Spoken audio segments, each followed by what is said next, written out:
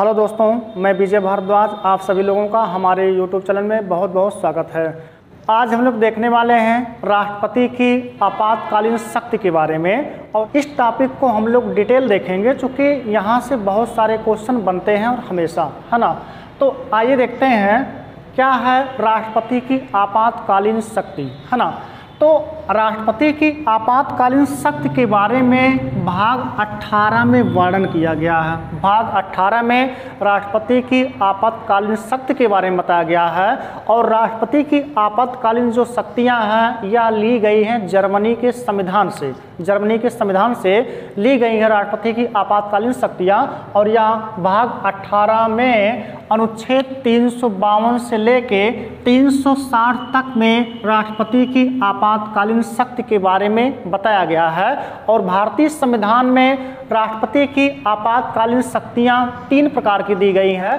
पहला अनुच्छेद 352 में दिया गया है, दूसरा अनुच्छेद 356 में दिया गया है, और तीसरा दिया गया है अनुच्छेद 360 में। और यह 3 प्रकार से राष्ट्रपति अपने इस शक्ति का या आपातकालीन शक्ति का प्रयोग करता है। सबसे पहला जो आपातकाल है या आपातकालीन शक्ति है, यह राष्ट्रपति इसके अंतर्गत राष्ट्रीय आपात घोषित करता है। तो राष्ट्रीय आपात राष्ट्रपति कब घोषित कर सकता है? तो 3 कंडीशन, युद्ध या बाह्य आक्रमण या सशस्त्र विद्रोह, यानी भारत के साथ किसी देश के साथ युद्ध हो रहा हो, या भारत पर किसी देश ने आक्रमण कर दिया हो किसी भूभाग पर या किसी विशेष क्षेत्र पर, या भारत की जनता ने स्वयं सशस्त्र विद्रोह कर दिया हो सरकार के खिलाफ है। तो उस दशा में जिस भी क्षेत्र में या जिस भूभाग के या जिस एरिया में वहां पर सशस्त्र विद्रोह हुआ हो, या भारत पर किसी दूसरे देश ने आक्रमण किया हो, या कहीं पर युद्ध की घटना हो रही हो,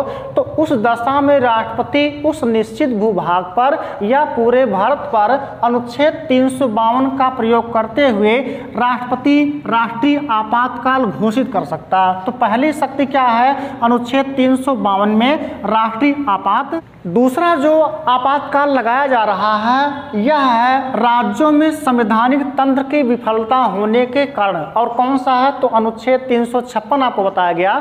यदि राज्य सरकार संविधान में दिए गए निर्देशों के अनुसार या सेंट्रल गवर्नमेंट के दिए गए सुझाव के अनुसार नहीं काम कर रही होती है, तो राज्यपाल के सिफारिश पर या कह सकते हैं मंत्रिपरिषद मंत्रिमंडल के सिफारिश पर राष्ट्रपति उस राज्य में राष्ट्रपति शासन लगा देता। किस अनुच्छेद के तहत? तो 356 के तहत है। और तीसरा क्या है? वित्तीय आपात। भारत में या किसी निश्चित क्षेत्र में या किसी निश्चित प्रदेश में कोई अगर वित्त की कमी हो गई हो तो वित्तीय आपातकाल घोषित कर सकता है। तो 3 प्रकार की शक्तियां दी गई हैं राष्ट्रपति को आपातकालीन शक्ति के अंतर्गत।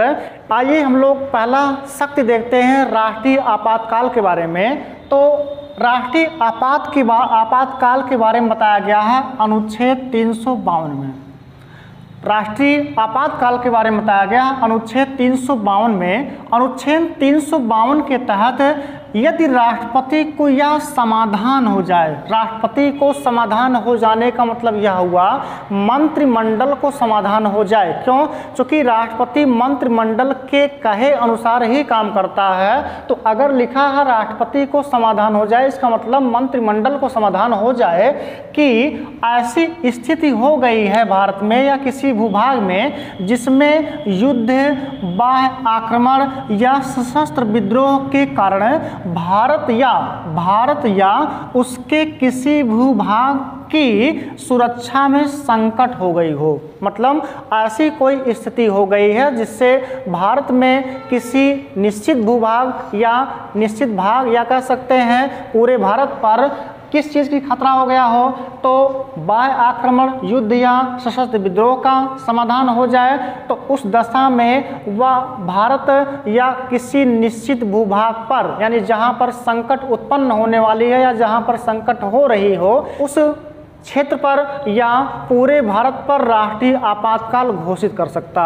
जो राष्ट्रीय आपातकाल घोषित करता है राष्ट्रपति मंत्रिमंडल के लिखित सिफारिश पर। जो आप अभी देख रहे हैं सशस्त्र विद्रोह, यह संविधान में क्या था, तो आंतरिक गड़बड़ी या आंतरिक अशांति था। मतलब संविधान निर्माण के समय यह जो शब्द दिख रहा आपको सशस्त्र विद्रोह, इसके स्थान पर आंतरिक गड़बड़ी या आंतरिक अशांति था, जो 44वें संविधान संशोधन 1978 के द्वारा हटाकर या प्रतिस्थापित कर सशस्त्र विद्रोह कर दिया गया। सशस्त्र विद्रोह का मतलब भारत के नागरिक या भारत की जनता हथियार लेकर भारत सरकार के खिलाफ क्या कर रही हो, तो विद्रोह कर रही हो, तो इसको कहा गया सशस्त्र विद्रोह। और आपको क्या बताया गया कि मंत्रिमंडल के लिखित सिफारिश पर ही राष्ट्रपति राष्ट्रीय आपातकाल की घोषणा करता। लेकिन राष्ट्रपति राष्ट्रीय आपातकाल की घोषणा करने के बाद वह इसको कभी भी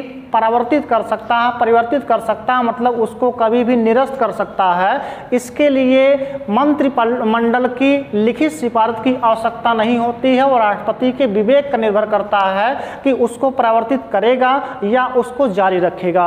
राष्ट्रीय आपातकाल घोषित किए जाने के बाद पहले क्या होगा, तो मंत्रिमंडल लिखित सिफारिश करेगी राष्ट्रपति से, तो राष्ट्रपति क्या करेगा, किसी निश्चित भूभाग पर या पूरे भारत पर राष्ट्रीय आपातकाल घोषित करेगा।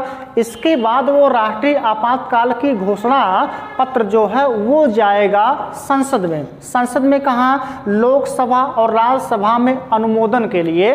तो जब यह लोकसभा और राज्यसभा में अनुमोदन के लिए जाता है, यदि लोकसभा और राज्यसभा 1 महीने के अंदर उस पर अपना हस्ताक्षर या अपना मत नहीं दे देती है, तो वह जो उद्घोषणा है राष्ट्रपति की राष्ट्रीय आपात का, ये क्या होगा, स्वतः ही समाप्त हो जाता है। और इसका जो आयु होता है, मतलब एक बार में राष्ट्रीय आपातकाल केवल 6 माह के लिए लगाया जा सकता है और 6 माह खत्म होने के बाद पुनः मंत्रिमंडल के सिफारिश करने के बाद पुनः राष्ट्रपति 6 माह के लिए उसको बढ़ा सकता। कब तक ये चल सकता है, इसका कोई बाउंडेशन नहीं है। मतलब एक बार में लगाने के बाद यह 6 माह तक जारी रहेगा और उसके बाद पुनः अनुमोदन के बाद फिर से राष्ट्रपति के द्वारा उसकी जो अवधि बढ़ाई जाएगी और 6-6 माह करके ये अनंत समय तक बढ़ाया जा सकता है। ठीक, आइए हम लोग देखते हैं क्या प्रभाव पड़ेगा राष्ट्रीय आपातकाल के समय भारत पर या देश पर कह सकते हैं। ठीक, जब कभी भी भारत पर राष्ट्रीय आपातकाल घोषित किया जाता है तो लोकसभा जिसका कार्यकाल 5 वर्ष होता है उसका कार्यकाल बढ़ा के 6 वर्ष किया जा सकता है या कर दिया जाता है, जैसा भी संसद उचित समझे या राष्ट्रपति लागू करे। तो लोकसभा के कार्यकाल में 1 वर्ष की क्या कर दी जाती है, बढ़ोतरी कर दी जाती है। और यदि 1 साल बाद भी राष्ट्रीय आपातकाल जो लागू किया गया था अगर नहीं समाप्त हुआ है तो पुनः उसे 1 साल के लिए बढ़ाया जा सकता। और यह 1-1 साल करके जब तक कि राष्ट्रीय आपातकाल समाप्त नहीं हो सकता तब तक इसको बढ़ाया जा सकता है। और यदि राष्ट्रीय आपातकाल समाप्त हो गया है तो जो लोकसभा का कार्यकाल है अधिकतम 6 माह तक भी वो कार्य में रहेगा। दूसरा प्रभाव पड़ता है राष्ट्रीय आपातकाल का मौलिक अधिकार पर। मौलिक अधिकार क्या होते हैं, तो आप पढ़े होंगे भाग 3 अनुच्छेद 12 से लेके अनुच्छेद 35 तक। अनुच्छेद 12 से लेके अनुच्छेद 35 तक में भारत के नागरिकों के लिए मौलिक अधिकार का वर्णन किया गया है। मौलिक अधिकार राज्य के विरुद्ध दिए गए नागरिकों के अधिकार हैं। कहां से कहां तक बताया गया, तो मौलिक अधिकार जो दिया गया है अनुच्छेद भाग 3 में अनुच्छेद 12 से लेके अनुच्छेद 35 तक में, और इसमें 6 प्रकार के मौलिक अधिकारों की चर्चा की गई है। तो इस पर भी प्रभाव पड़ता है राष्ट्रीय आपातकाल के समय। क्या प्रभाव पड़ता है हम इसको देखते हैं। तो जब कभी भी राष्ट्रीय आपातकाल घोषित किया जाता है तो अनुच्छेद 19 में वर्णित जो स्वतंत्रता का अधिकार है, 6 प्रकार की जो स्वतंत्रता दी गई है, यह स्वतः ही समाप्त हो जाता है। मतलब अनुच्छेद 19 में जो दी गया है कौन सा है, तो अनुच्छेद 19 में जो वाक स्वतंत्रता आदि विषयक 6 प्रकार की स्वतंत्रता है स्वतंत्रता के अधिकार में, या कह सकते से अनुच्छेद 19 जो मौलिक अधिकार है यह स्वतः ही समाप्त हो जाता है। कभी भी अगर राष्ट्रीय आपातकाल लगा हो तो यह स्वतः समाप्त हो जाता है। इसके सिवाय अन्य जो मौलिक अधिकार हैं इनमें 20 और 21। 20 क्या है तो अपराधों के लिए दोष सिद्धि के संबंध में संरक्षण। अनुच्छेद 20 में जो मौलिक अधिकार है यह है अपराधी के लिए दोष सिद्धि के संबंध में संरक्षण। और अनुच्छेद 21 में दिया गया है प्राण एवं दैहिक स्वतंत्रता के बारे में। ठीक, तो अनुच्छेद 20 और 21 को छोड़कर जितने भी मौलिक अधिकार हैं राष्ट्रपति या संसद चाहे तो उस मौलिक अधिकारों को समाप्त कर सकती है विधि बनाकर। ठीक, क्या बताया गया आपको कि जो मौलिक अधिकार पर प्रभाव पड़ रहा है कभी भी राष्ट्रीय आपातकाल अगर भारत में लागू किया गया है लगाया गया है तो जैसे ही लगाया जाएगा राष्ट्रीय आपातकाल तैसे ही अनुच्छेद 19 स्वतः समाप्त हो जाएगा। जो अन्य मौलिक अधिकार हैं उसमें 20 और 21 को छोड़कर राष्ट्रपति चाहे किसी को भी समाप्त कर सकता है। आप इसके विरुद्ध न्यायालय नहीं जा सकते हैं, तो इसका प्रभाव मौलिक अधिकारों पर भी पड़ता है। ठीक, अभी तक कुल मिला के राष्ट्रीय आपातकाल भारत पर 3 बार लगाया गया। कब कब लगाया गया है? पहला राष्ट्रीय आपातकाल लगाया गया था 26 अक्टूबर 1962 को और यह लगा रहा 10 जनवरी 1968 तक। क्यों लगा था? तो चीनियों के द्वारा अरुणाचल प्रदेश में आक्रमण की वजह से भारत पर राष्ट्रीय आपातकाल लगाया गया था। उस दौरान जो राष्ट्रपति थे वे थे डॉक्टर एस राधाकृष्णन। राष्ट्रपति कौन थे? तो डॉक्टर एस राधाकृष्णन थे। और उसी दौरान प्रधानमंत्री थे पंडित जवाहरलाल नेहरू। दूसरा जो राष्ट्रीय आपातकाल है ये लगा था 3 दिसंबर 1971 में जब पाकिस्तान ने भारत पर आक्रमण किया था। उस दौरान लगा हुआ था 3 दिसंबर 1971 से लगा था। और उस समय प्रधानमंत्री थी इंदिरा गांधी। प्रधानमंत्री कौन थी? तो इंदिरा गांधी थी।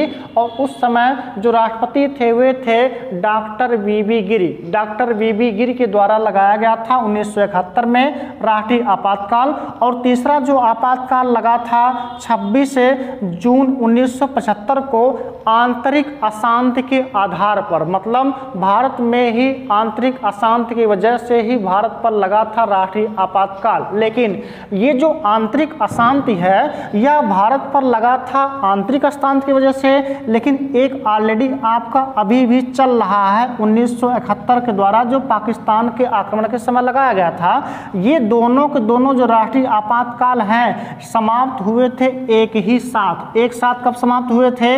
1971 में जब लगा और 1975 में। ये दोनों मार्च 1977 में एक साथ समाप्त किए गए थे। ठीक, लेकिन अंतर क्या था? जो 1971 में लगा था वो पाकिस्तान के आक्रमण की वजह से लगा था और जो 1975 में लगा था वह श्रीमती इंदिरा गांधी जो उस समय क्या थी तो प्रधानमंत्री थी और इन्होंने बिना मंत्रिमंडल के लिखित परामर्श से ही लगवा दिया था।